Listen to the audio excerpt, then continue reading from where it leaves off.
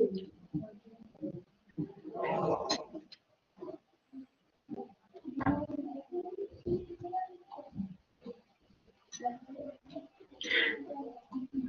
guys, welcome to the first episode of Instahyre Roundtable.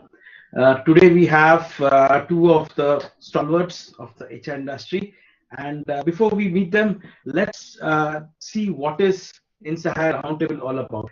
So at Instahyre, we had an idea of creating something where we can have leaders and ideas meet and discuss. Okay, so when we have leaders amongst us, we discuss ideas which can be implemented with our HR sourcing strategies, and it will also go from diversity, candidate engagement, and different facets of the HR world. So with that, we have today's agenda. The agenda is very simple. It is what is the future of recruitment, and in this we will go through all the facets of talent acquisition, recruitment strategies, sourcing strategies, and also for the leadership levels. A brief about us, what we do. So Instahyre is a platform. We have developed a platform which allows companies to find talent with 10x more accuracy and in 10x less time compared to any other existing solutions in the market. So we are trusted by the largest brands of the world, and we also work with thousands and thousands of recruiters and millions of candidates. So this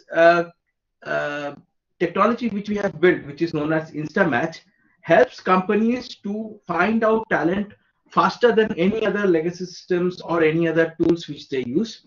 And this has helped them to convert faster, get their projects done faster, and also saved a lot of dollars for them. So with that, we go to the next section where we have our panelists. So first, let me introduce to you Dennis. Dennis leads the talent acquisition at Equinix India. And Equinix, as you know, is a Fortune 500 company. It's ranked around in the range of 460, and it's one of the largest companies in the data storage and cloud center services. So over to you, Dennis. A brief about yourself so that you can introduce yourself and also Equinix. Yeah. Sure. Thanks, Sarbojit. Good evening, everyone. It's a pleasure to be on this discussion along with my friend Kirit and Sarbojit. I've been in the industry for nearly 2 decades now. I don't want to sound like I'm an old man, but this is my experience, and I've been always in the talent acquisition portfolio, and I've been enjoying working with some of the best recruiters and talent acquisition managers and talent acquisition programs and analytical team members. It's been a great journey for me, and currently I've taken up a role with Equinix. Equinix is setting up their center in India, and it's in Bangalore, and we have a huge mandate to fill as a talent acquisition leader. It's a great experience to work with some organization where they're starting from scratch, and that's the opportunity I have in my team. So it's a great start, and looking forward to working with Equinix and learning some of the great opportunity what they're offering, as well as sharing some of the experience what I've done in the past. So that is about me, and thanks, Sarbojit, for inviting me for this call. Thank you, Dennis, for taking time out for this discussion. Next, we have Kirit. Kirit is the director of talent acquisition at Razorpay. Kirit has previously worked with Uber and Adobe. So, Kirit, over to you to give a brief intro to all our people watching that and about Razorpay also. Just briefly. Yeah, thank you, Sarbojit. Good evening, friends. You know my name. I've been in Razorpay for around 10 months now. It's one of India's most valued and loved fintech organizations. You know, as Sarbojit said, I worked with Uber and Adobe in the past, and currently kind of strengthening the organization to kind of build some of the coolest fintech ecosystems for the Indian merchants. Uh, Looking forward to a great conversations with everyone this evening, and yeah, let's enjoy this. Sure. So with that, let's start off with the session. So a brief about this session, what it will look like. We have a question answer session with the leaders up here. We did not go with the presentation or any other kind of format because this will be more interactive. We will take questions from the audience, and also we have poll questions. We have also received a lot of questions from you guys after registration, so that I will ask in the later part of the session. So with that, we open up the session. The first question, which I have for the leaders. Dennis, you might want to answer this, and then Kirit, you can also take it over. Where it will stand 2 years from now. So the remote hiring, like the segment which is there, is growing. Like people are hiring remotely, and from our records, from our statistics of Insta, we have seen that around the 70-80% of the hiring is fully remote. And when companies mention the word it's fully remote, or like it will be purely remote, the applicants energy and the level of applications increase automatically. Okay, so that we have seen. So Dennis, like uh, first question to you: where it will stand 2 years from now? What is your thoughts on remote hiring? I'll take a step back and I'll share my experience when we actually entered the pandemic in 2020. This was way back in Feb. I still remember.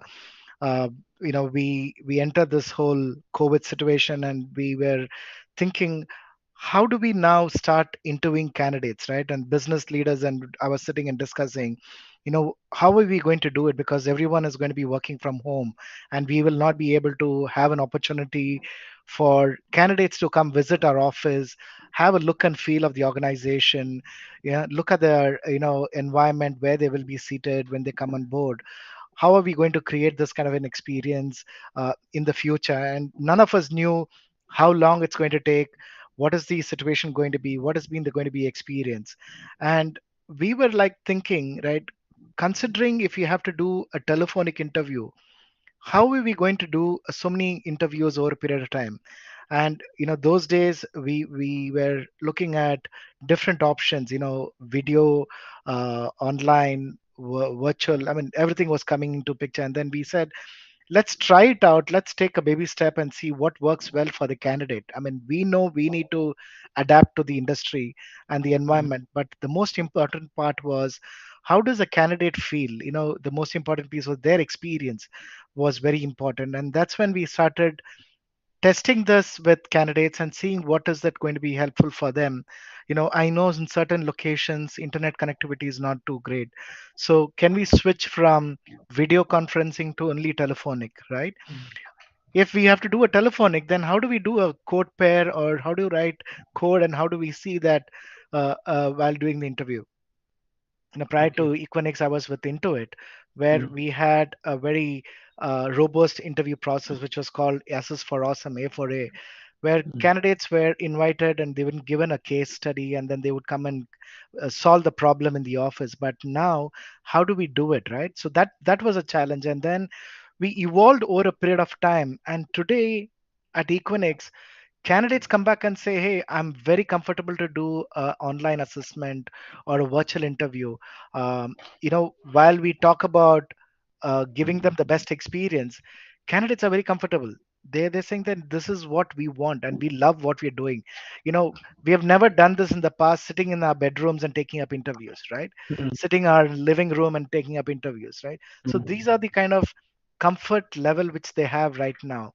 And Sarabjit, in next 2 years, this is going to evolve. I'm definitely going to see a lot more platforms which are going to come up, where there's a lot more interaction with candidates, a lot more discussion, which is going to create a better experience for candidate. So I'm definitely going to see a evolution on virtual interview, while we also see some of the organizations are opening up. There is a 25% employees coming in. There is a rotation which is happening, but the interview process of virtual, which we discovered in the last 2 years, will continue, because That is what is going to help in speeding up the whole interview process, right? That is what I'm going to see in the future. Okay. Thank you, Dennis, for your feedback on this. So, Kirit, anything from your side? What do you think about this? So Sarbojit, it's $1 billion question that all of us have been Mm, looking to an answer to, right? But I think it's here to stay, to be honest, right? So a mm, few things why I think about this, and I think Dennis kind of summed it up really well. mm, One is, and these are my personal thoughts, right? The amount of effort, investment, and change management that's gone in since March of 2020, when we just got into the new normal, mm, and that change management effort that's gone into making people comfortable working from home. Forget about the mm, candidates; it's your current mm. employees as well, right? Yeah. Getting that same back is 2x or 3x effect while we are already Mm, comfortable here, right? The use of technology has clearly eased it out for mm, all the organizations and companies. And I think if you look at the last 2 years versus the 4 years before 2020, you heard more growth stories during the pandemic mm, for at least the sector that me and Dennis are part of, and most of Yeah. the audience today are. mm. That's one. The other thing is that I feel that remote is going to be getting us a larger talent pool, right? Yes. Cross Absolutely. borders, cross boundaries, etc. Right? You explore more, Mm, and the only thing you got to be very careful about is that, and this is also in the interest not of candidates but the recruiting teams working on it, right? mm, It was a stretch initially, but there are tools and platforms that came up to help us. We need to keep yes. evolving in the interest Mm, of a 360-degree stakeholder management than just thinking mm, about the candidate. Of course, we need yeah. to give a Yeah. great experience, but it has to be equally simple, Mm, optimized, etc., from an organizational perspective as well. But yeah, I okay. think it's here to stay. Yeah, it's here to stay, I guess. So, the next question which I have is this is regarding culture. So, in a remote setup, inculcating that same culture was a pain in the first 3 months. Like, so when Dennis was also discussing the last question, he told that how can we do that? We can't show them our offices, we can't show where they sit, where they work, and how the camaraderie was missing. We don't go out for chai breaks or whatever breaks which we had, and we don't do a huddle in the middle of the office and discuss things. So what do you think, Kirit, on this part? Like, how do you inculcate the same culture in a remote setup? And this becomes very, very important during onboarding, because onboarding, the guy is entirely new. He's coming from a different world into your world, and doesn't know anything about, like, he doesn't know like where the other team members are actually. Okay, so what do you think on this, the culture segment? Yeah, that's actually a very good question. But I would say that onboarding probably is a very late instance when you would start thinking about inculcating culture in today's environment, right? Mhm, What was happening from day one when you were actually physically welcoming a candidate and having them sit in welcoming a new employee and having them sit in one of the coolest conference rooms and going through onboarding, right? mhm, And then meeting their teammates, etc. That ramp up, and those plans, right? mhm, Icebreakers. That's too late for a day one these days, right? This mhm, this actually now has to happen when you actually rolled out an offer and the person's ready to start, right? mhm. Because that day one experience, that was always like a big tick for my first 2 years in the company or whatever, right? Has to now Mhm, start when I sign the offer letter or when I'm interested in the organization. That mhm, culture needs to be exhibited. Those ice breaking sessions, those water cooler sessions, etc. mhm, Right? They need to happen at a very early stage to exhibit the culture that you have in the company. Now, mhm, today, the tech center and the Indian tech landscape has grown so fast that unfortunately we might just be taking pride in hiring 1,000 people in a year, but mhm, we probably land up unaware of how many are culturally immersed into the company mhm, or how many are culturally connected. And right now, it culture comes later. Now, first is the connectedness of a new employee, mhm, right? So I think it starts very early where I probably would do it for my team right now, and we are doing it. That from the first interview as well. We talk about, and we exhibit the culture that we're a part of, and then mhm. what it really means to us, those values, etc., and what's in it there for you. So those things come in early than this day one of a deck. So it has gone to t equal to 0 to t minus 30 or t minus 15, or like when you And start. I think it could always go to the T minus the first cold call to the candidate, Okay. and it Dennis, should, your it take should. on this? Yes. No, I absolutely agree with Kirit, and it's not even there when they push their resumes or they show interest. It is I would say a step even behind that, step back, that at the time of our talent marketing team or branding team, right, when they talk about what is this organization all about, that is where we need to start sharing what is our culture, what is our value, how our employees are educated, and make sure that they all are part of this whole journey. So it starts from there. It has to be a top of the mind when a candidate is actually looking for an opportunity, right? It should reflect that, okay, XYZ, the culture is so good and that's the reason why. And how do they get to know? It's basically you share those information through different channels, and a talent marketing and branding plays a very, very crucial role in this whole building the cultural piece, building the value piece with the candidate. And the next step is making sure our team, the talent acquisition team, talks the same language when we are talking to a candidate, right? It's very important how you give an experience to an employee or a candidate, a potential candidate. You don't even know today whether the candidate is going to join you or not. But irrespective of that, the experience what they get is the most important piece, and that's how the candidate gets to know each culture of the organization through the talent acquisition team, through the information what we share in the public forum.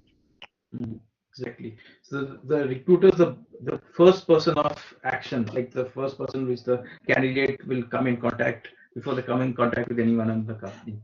Great.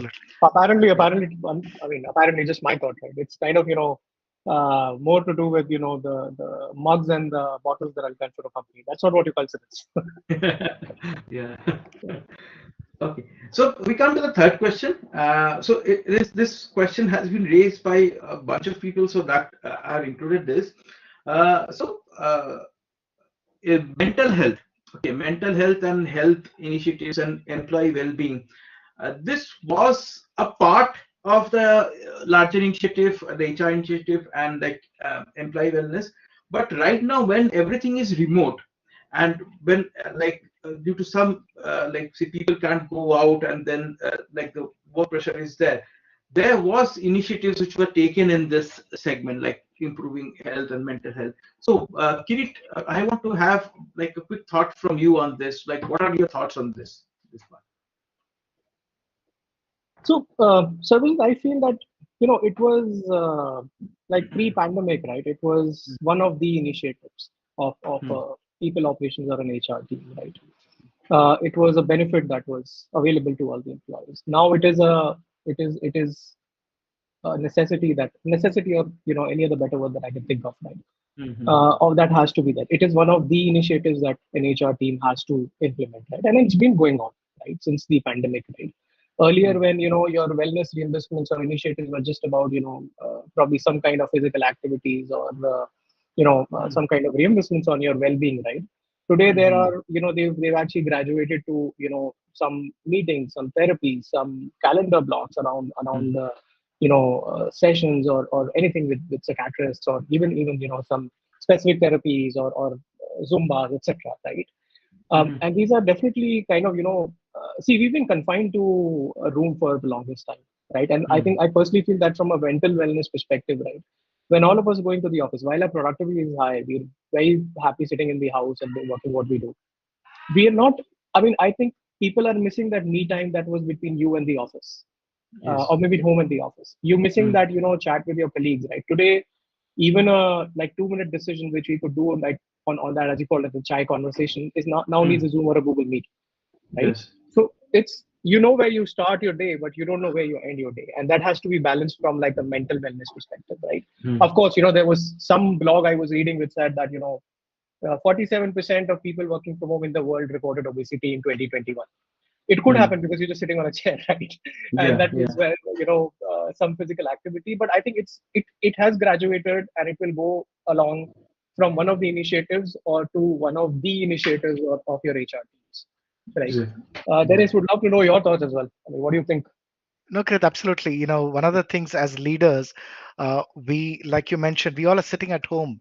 But how many times has we leaders um, told our team members or people on the call, saying that, as simple as our one-on-ones, right? Weekly one-on-ones or monthly one-on-ones.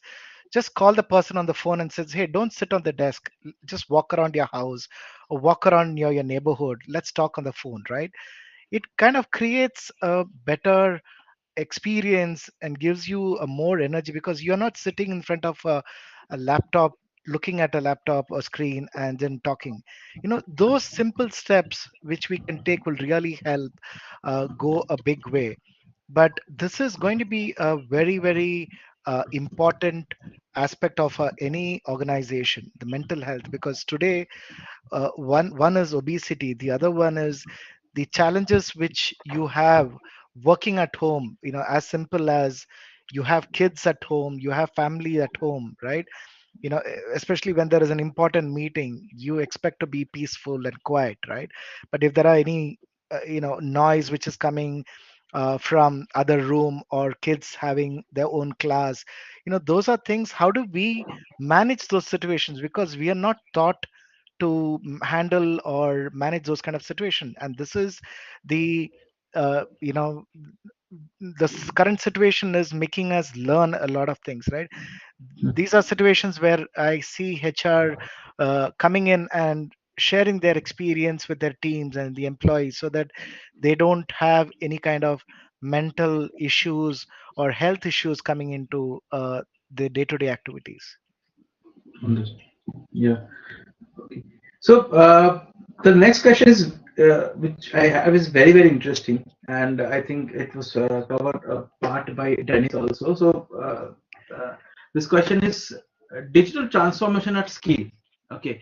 So we are transforming at scale, and then Dennis has also mentioned that we are also looking for candidates outside our pools, outside our pool. So startups based out of Bangalore don't look in Bangalore. They look like they can look in tier 2 cities, tier 3 cities, and others. So this I wanted to have a quick like feedback from Kirit. So how does the digital transformation have taken place where people are looking, like recruiters and companies are looking beyond their talent pools which were already there? So when we used to do that, we used to hire from uh, say suppose from Bangalore only. Now we can hire from anywhere. Okay, so how has it helped? What are the benefits of this, and also what are the drawbacks or like shortcomings on this? So Kirit, you can go first, and then we will have Dennis your feedback on this. Yeah, I think so. I look at it in a positive way, Sarbojit, right? I mean, this is, if I would say, this is the opportunity to create that one world from a talent perspective, right? Which has no boundaries, has no borders, etc. Right? Earlier the conversation was about, hey, this company is based out of Bangalore. Let's look at people from Bangalore. I used to work out of Noida. I knew that let's hire someone from the NCR region. Today, I am exposed and I have the opportunity to explore talent and talent communities and diverse talent communities, right, from across the world, probably, right, which is actually helping me. It's a benefit if I look at it from a hiring or a talent attraction point of view, right? From an organization perspective, right, this is the opportunity to, as I said, like from a talent perspective, it's an opportunity to you to explore other markets. Today, if I personally think this, right, with what's going on in the tech sector today, right, the compensation and everything else, you have an offer but you don't have a joining, etc., right? Today, and especially the comp wars in the Bangalore area, right? Uh, what stops me from probably exploring talent in Eastern Europe in a few years or probably a few months, right? What will stop me from doing that? There's good talent. There are communities that I can probably think of a Vietnam for that matter, right? And with the other two topics that were very valid for this question that you asked, right? So I see benefits. I don't see anything that can probably go wrong in only if the other two things, which is your experience on hiring everyone, right? That is very well covered, which Dennis spoke about. And the other one is that your cultural part is very well, right? It's easy to say, okay, we want to hire remote and stuff, but how do you keep a remote hire or a remote deploy as much as engaged at what he would be doing in the office 2 years back? Is the challenge we need to address. But otherwise, I don't think I personally don't see any bottleneck or a downside of it. Okay. Over to you, Dennis. Your thoughts on this? No, in this digital world, connecting people is absolutely not a problem, as everyone is aware of it, right? And this particular pandemic has actually opened up a lot more locations, not just for organization, but from a talent perspective. Like Mm, Kirit said, tier 2 city, tier 3 cities, right? We as an organizations are open to hiring from anywhere as mm, long as we are finding the right set of candidates, right? mm, Earlier, you know, we used to look at, okay, we should only look at certain metro cities for this skill. We were never looking at, other cities. But today we know that talent is available everywhere. Considering that we are able to work from home, considering that we will be working remote. By the way, Equinix is working remote this entire year. That's a decision we made, right? We're not going to be coming into the office. So mm, in this kind of situation, if talent is available everywhere, we would go there. We would look at mm. talent and hire them, right? Yes. We have offices in in 26 countries, right? We Mm, have people working in different countries. In a metrics world, in a metrics organization, if you have teams sitting in different part of the world, it's perfectly fine, and it actually works exactly. really well. You Yes. get more ideas of developing new product. You have Mm, diverse set of people joining you. Like Kirit said, it's all important. It's all boils down to the experience you give, the cultural mm, in building the culture into the whole, the new mm, employees who are coming in is very mhm. important, irrespective of where you're working, which location you're working. As long as you build the culture, you build the value into the employees, it will work extremely well and will do wonders to the organization. Okay.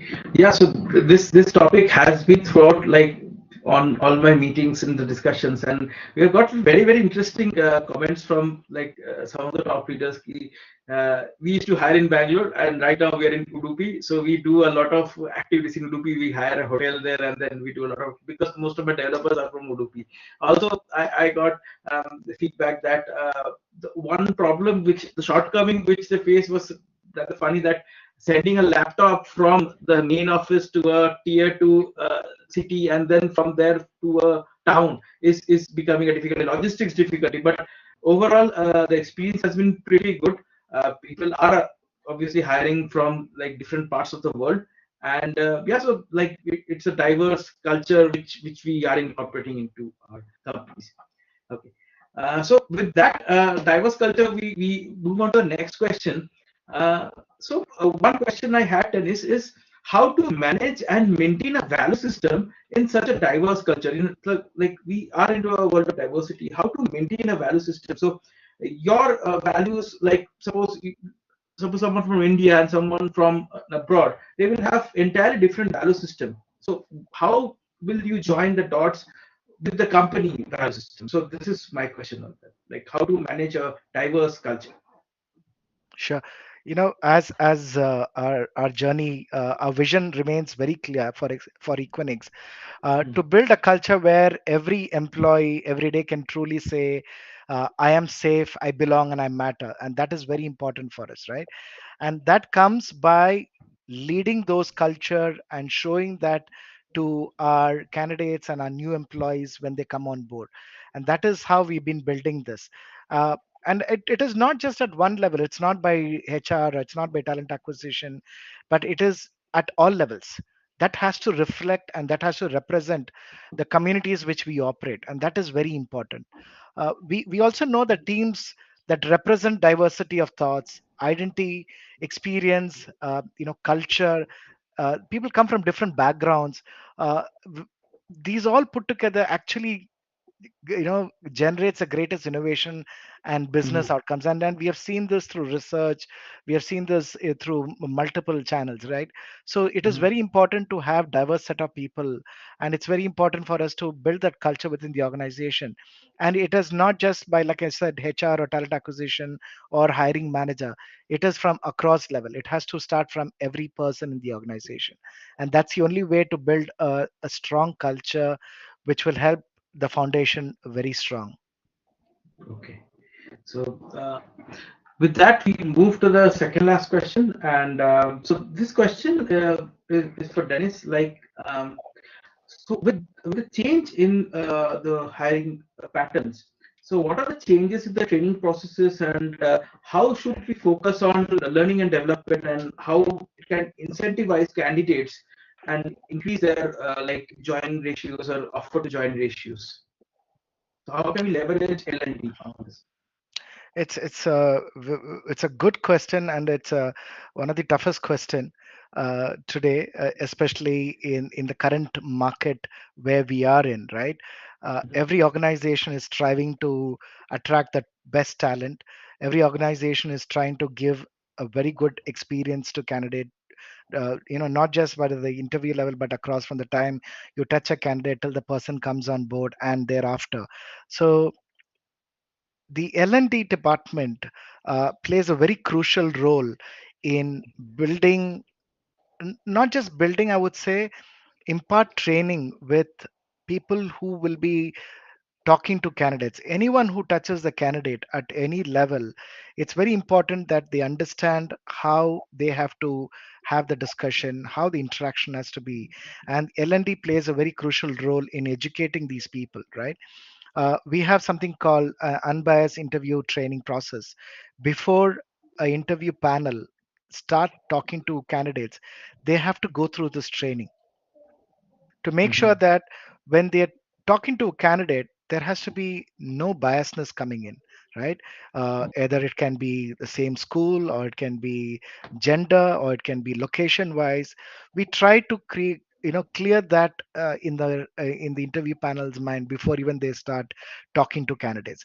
So these are things which the L&D department comes and helps and try to build this whole culture into the organization by educating people what are the things which will help attracting candidates, and what are the things which will not really help, right? So Mhm. that's where the L&D team comes in and helps the organization. Okay. Kirit, how does So it happen for you? No, I can't. I can't agree less to whatever you said. But the only thing that I like to add here is that see from a when you said your question specifically was targeting Sarbojit about on the your joining to your offer to joinees, etc., etc. mhm, mhm, While compensation, benefits, etc., are really important to everyone, right?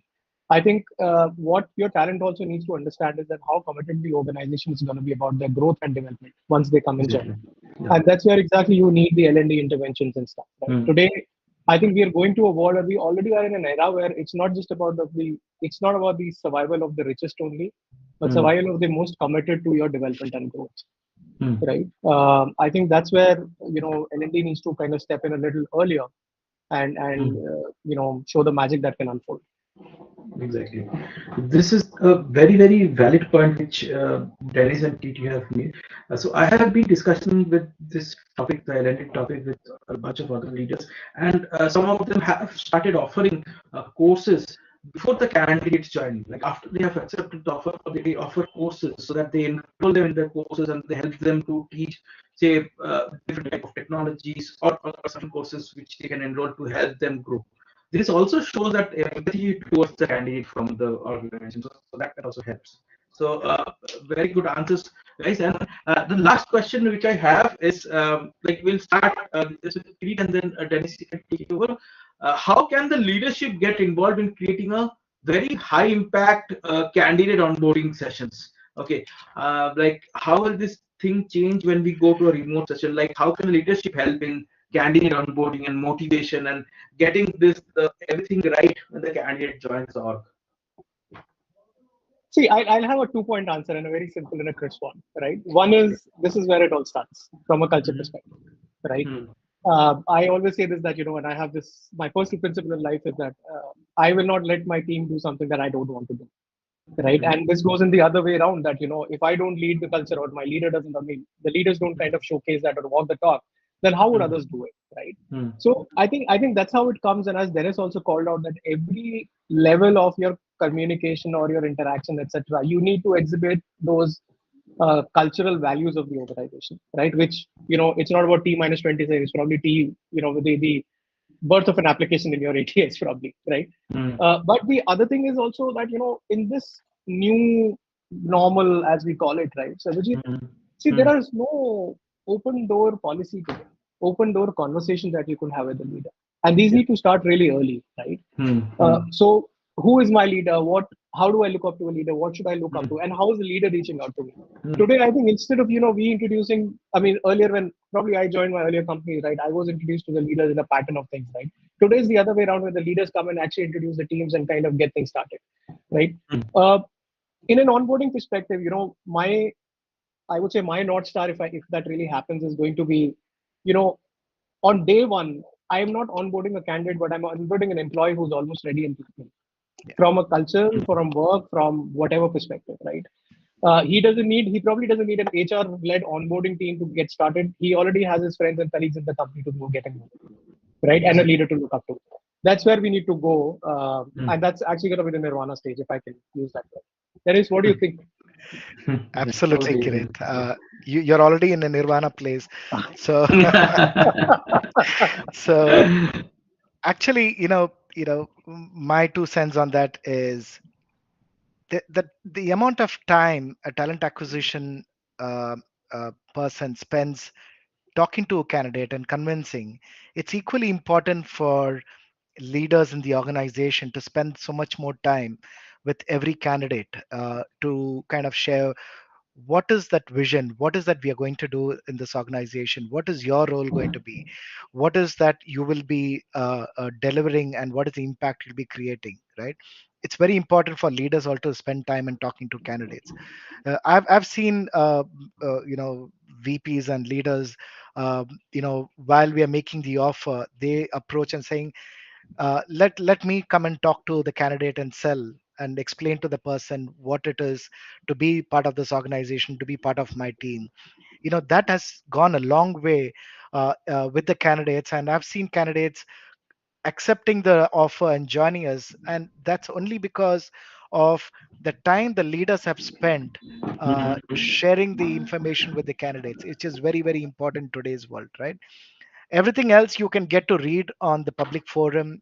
You want to talk about a company, it is there. What is the revenue they're generating, what kind of product they're developing, right?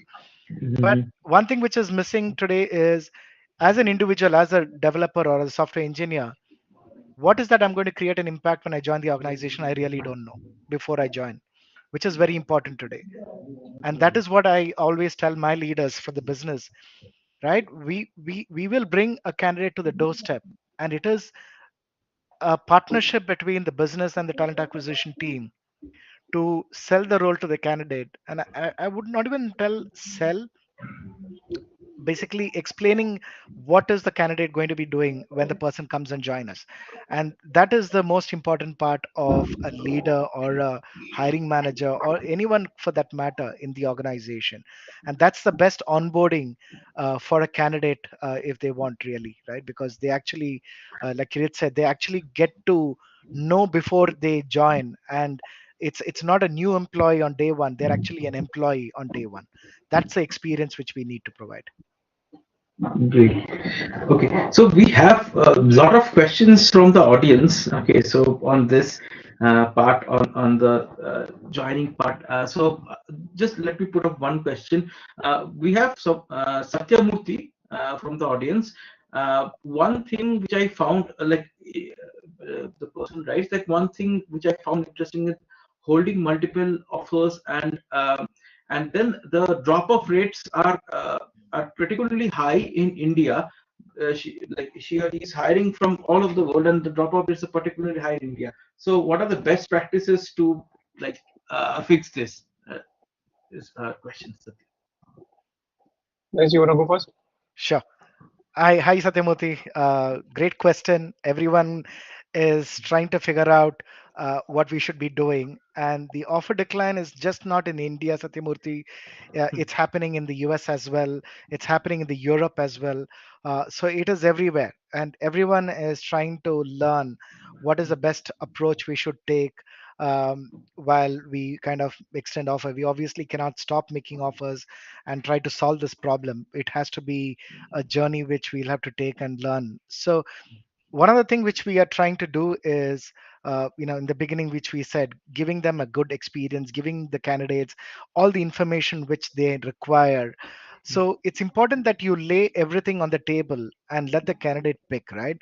Rather than giving us a surprise towards the end or the day of joining, let the candidate let's get to know each other and take a decision much before in the journey, so that we don't really spend too much time on one particular person. If the person is not really decided to join us and be part of a journey, it's perfectly fine, because they have other priorities and that's the reason why they decided to join another company. So I always request a candidate, right, at the time of making offer, we are very transparent as a talent acquisition team. We all need to be very transparent of what we are offering, what is the person going to be getting at the time of joining, bringing in the hiring managers or bringing in leaders way ahead in the game, explaining the whole opportunity aspect of the candidate, and tell the candidate, hey, I will give you a week's time, 2 weeks time max. You decide and let us know. If you're not joining us, that's perfectly fine, but just let us know well in advance so that we can talk to a candidate who actually wants to join this organization, right? Towards the end of the journey, you drop out, you are not joining, and the candidate who deserved to join is not getting an opportunity to be part of our organization, which is not really good. So be upfront, be transparent with the candidate, saying that you take a decision, but stick to the decision. If it is compensation, we will offer you the best. If it is culture, we will explain to you what our culture is, right? If there is a match, then we will go ahead. Otherwise, let's part. That's what I've been telling my team, and that's what I've been talking to whenever I talk to a candidate. I just had one quick thing for you, Satya, on that, right? Which is, I think whatever Dennis said is absolutely true to the core. But one thing I think we probably need to do from an engineering point of view is that we seldom don't expose our tech stacks, and I mean, we don't tell them what challenging stuff we're trying to solve, right? And someone who's up for really, take up some tech uh, challenges will come and join you if they like it. You'll get to see that, right? So I think the industry is overdone selling foosball tables and coffee machines. Sorry if that goes the wrong way, but it's time that we tell them what are the complex things that we're trying to solve and for whom.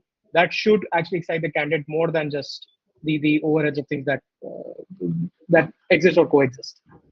And one other thing I've started practicing now, and I've told my team also, is that anyone who comes with 3 offers, 2 offers, tell them, you please take that offer, right? I mean, there is no way we will be able to match something which is beyond certain ranges. If you have 2 or 3 offers, I think you should pick one among them rather than interviewing at other places. Because if you start doing at your level or at your organization, the number of offers which people are getting will really stop. And I've heard candidates having 5 offers, 6 offers, 7 offers. I don't know where it will end. So my sincere request is, the minute you hear a candidate saying, I have 3 offers, tell them all the best. Take one of them and go join them, rather than looking at more offers. It's really not. Where do you end, right? Exactly. Yeah, but So that there is one thing I want to call out, and it's like it's late evening, and everyone should make laughs, right? Then if you'd remember, there was a time when the hiring managers used to ask, there was a CMO syndrome: show me more profiles, show me more profiles. Today, the yes, candidates are coming and saying, show me more offers, show me more offers. true, true. So this is the question. Guys, you have answered the questions of Kanika Agarwal, who was asking the similar questions about counter offers and 4-5 offers on the table. Then Akriti Nasar was also asking this.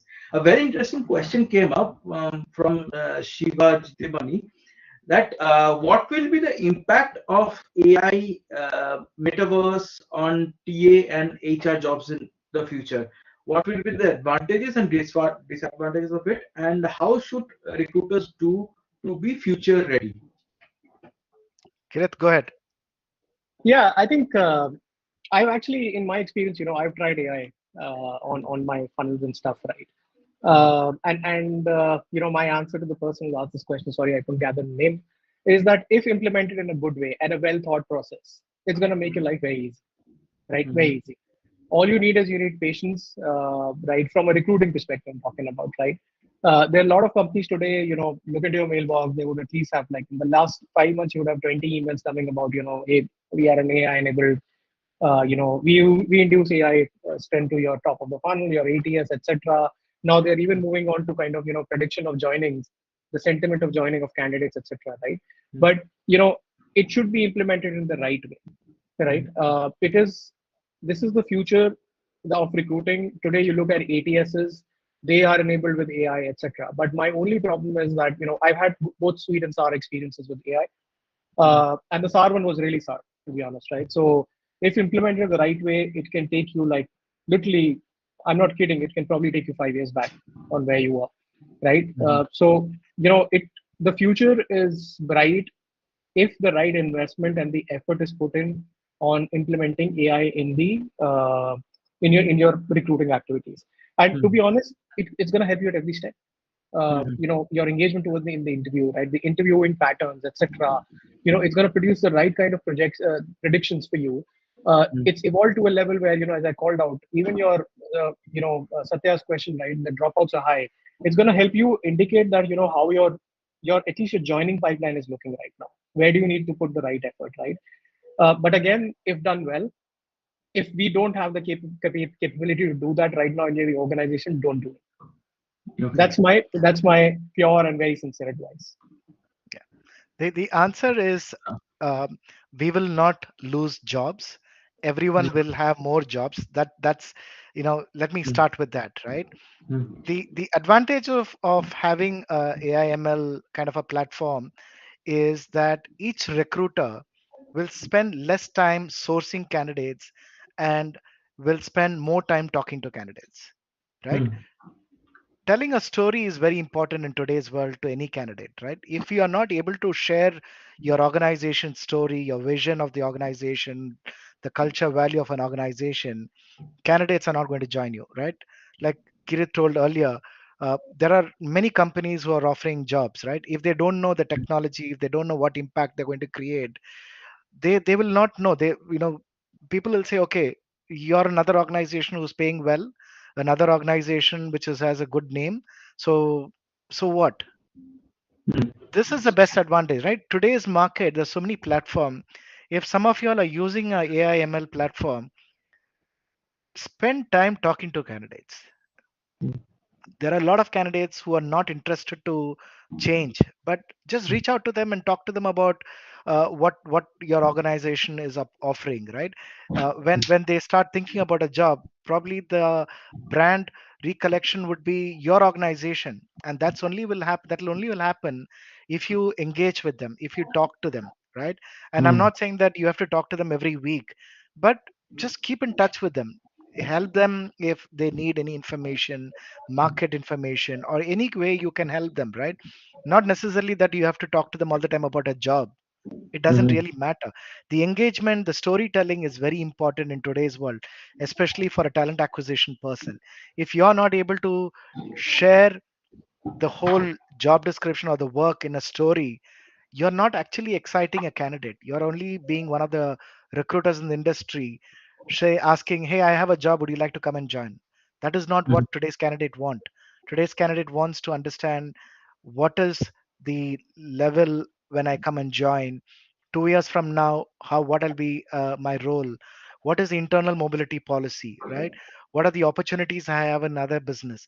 Those are things which they want to talk, and that will come only when you talk. And where will you get time to talk is when you are spending less time in sourcing and using a platform to which will give you the right set of profile. And I can vouch that Instahyre platform has that opportunity. Today, my team uses Instahyre. That's the only job portal we use for sourcing profiles. And really, a lot of my team members, almost everyone, spend time talking to candidates than sourcing. Great. That was a primary aim to get more engagement than getting into sourcing. Okay.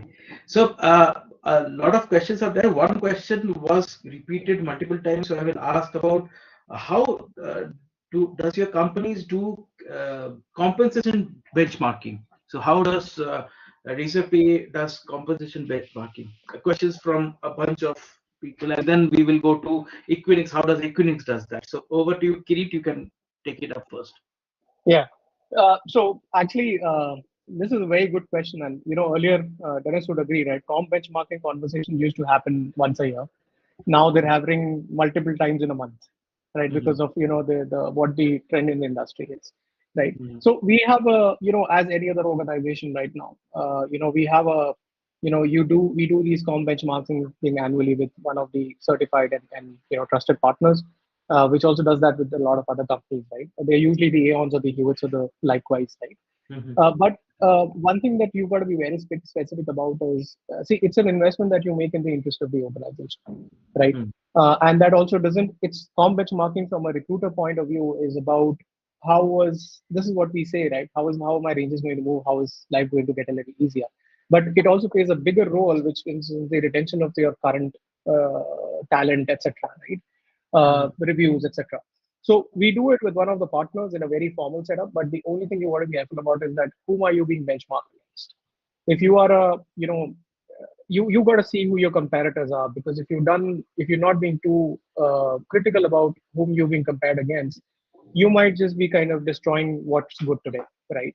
So how Razorpay does it. Bottom line is that we do it with certified and trusted partners, Mhm. but it's done in a very critical and a very monitored way of what we are going against. Great. So yeah, over to you, Dennis. No, it's important to understand which quartile your organization is, right? And Mhm. where is your target audience, right? If you're in 50th percentile, then your audience would be that. If you're in 65th, 75th, it depends on which percentile you're in. And you need to have a good certified partner to benchmark these organizations for you, right? We just went through the whole process by setting up Equinix in India, right? So it's very important what kind of talent you want to hire. And Mhm. within the skills there are niche skills, there are skills which are available in the market. So you need to uh, define those skills. And as a talent acquisition person, it's very important that you, as an individual, while talking to candidates or using certain platforms, you should be able Mhm. to get those data from hiring managers to show where we are versus the market if there is a gap. And that's the only way you become a talent advisor, right? If you need to share those information with the rewards team. You need to share this information with your leader saying that, hey, XYZ company is paying slightly higher compared to us, or certain companies are paying low, so we can target those companies versus us. So that information has to come from you because you're the ones who are Mhm. front ending and talking to candidates. So you as an individual building that data is very important, or you as an individual should know where you can fetch this data. Certain Exactly. platform has those information, right? It's just Mhm. the right system which you use to get that information. And once that Mhm. information is there with you, you can share it with people, and that's how you become from a just a normal recruiter to a talent advisor, right? Mhm. By sharing a story, it's very important. Those are the things which you need to learn and move up in the talent acquisition world. Great. So the closing comments, we are almost there. Like we overshot by like 10, 15 minutes, but so we have seen the change from 2020. We went completely remote, went to the homes, and everything changed into the TA space and HR space and engagement. And so, what are the couple of comments which you want to make, or what are the tips which you want to show that which can help recruiters to cope up with the challenges which they are facing currently? So maybe two, three expert comments from Kirit and Dennis. So Kirit, you can go first, and then Dennis, you can take it over. So what are the things from a recruiter's point of view which you want to make that doing this will help you to overcome this kind of challenges, which is very common? Yeah, I think I'll just pull out quick three things, and one of them I'm just going to copy from what Dennis just concluded, right? From a recruiter to a strategic talent partner or an advisor, right? Because we are, if the thought is that hey, I just need to close these 20 positions, it Mhm. can take you ages to do that. It can take you a lot of effort to do that. But if you don't call out where, why are we going wrong, where we're going right, Mhm. is where we'll miss the bus. So that that hat, you need to wear a new hat, which is from just a recruiter to a talent Mhm. acquisition or a trusted and strategic talent partner or an acquisition advisor. That is Mhm. one. Second is you know there are a lot of things that we're trying to do. There's a lot of rocket science that we've probably been talking about. It's always coming back to the basic obsession, right? Mm, Which is your experiences, right? Especially in mm, a remote world, and that's how the conversation today started. mm, Um, and it's not just experiences for your hiring managers and recruiters. Right? Simplify things for yourself, right? Whether mm, it is an ATS, etc., whatever. If things are not simple for you, you'll be putting in more effort, and the results going to be the same or probably less, right? mm, The third thing is again, you know, what has changed, and that's been one of the themes of this conversation today, is and these are like my top three that I could think of within a split second, is your overall engagement with your candidate, right? mhm, It's not just about those, a lot of organizers do this. You open LinkedIn in the morning, evening, you see coffee mugs, bottles, suppers. It's mhm, about telling them the right thing, and that's what I think Dennis also stressed on. From a comp mhm, perspective, from a benefit perspective, what role you're getting into, involvement of leaders, etc. Right? It is engaging and attracting and engaging, and eventually onboarding high quality and talent, of course, across the communities, is not just a recruiter's job, but it's an organization's job, right? mhm, We are the facilitators of this process. mhm. We do it really well, but there are things that where the organization has to be involved, right? So be loud about it. And things are gonna get tough, with how the industry is unfolding, right? So stay in, there, hanging tight is what I'd say. It's fun time. Right? Dennis, what do you think? Absolutely, absolutely great. Yeah. We all are looking forward to the challenge. I know we are overshot at the time. Just a quick Mm, thing, be a domain expert. When I say domain expert, uh, you need to understand what is the organization doing, because mhm, today, if candidates are not aware what the organization is doing, they will not join you. mhm, Second, you have to be a storyteller, like I mentioned mhm, before, and be a talent advisor to the hiring team. And how do you become a talent advisor? Is by having the data with you to show the leaders of business. They can ask for the sky or the moon, but if the market doesn't have that, you will not be able to close those positions. So it's very mhm, important that you have those market data with you when you're going to talk to the to the hiring managers or anyone in the business. uh, mhm. you as a talent acquisition advisor should always have those information which will really help the organization navigate in the right direction. If you say Exactly. for yeah if you go and say yes, we can hire for everything, and if Mm, the market doesn't have that kind of talent, you're mm, actually putting roadblocks for the growth of the organization. So it's very important that you being transparent and sharing that information is very important. So subject mm. matter expert, data oriented, and domain expertise, these are three things which I would say, which every person in the talent acquisition team should be uh, working or focusing on. Great. Okay, so with that, we come to the end of the first roundtable, which we discussed about the future of recruitment. And it was great having you, Kirit and Dennis, very valuable insights. And also, there are a lot of questions to be unanswered, but I will send across the questions to you over an email so that you can answer, because we are getting more and more questions as we speak. And my team is forwarding it. But let's close it this way, that remote hiring is here to stay. More engagement, more data-driven decisions, and more one-to-one discussions with the leadership, and the leadership involvement will help talent acquisition to go from like 0 to 1 stage in this. And with that, we come to the end of the first episode of the Instahyre Roundtable. Happy to have you, and take care, guys. Thank you for joining in. Have fun. Take care. Bye bye. Thank you. Bye Thank you, everyone. everyone. Have a Bye. pleasant evening. Bye bye. Sure. Thank you.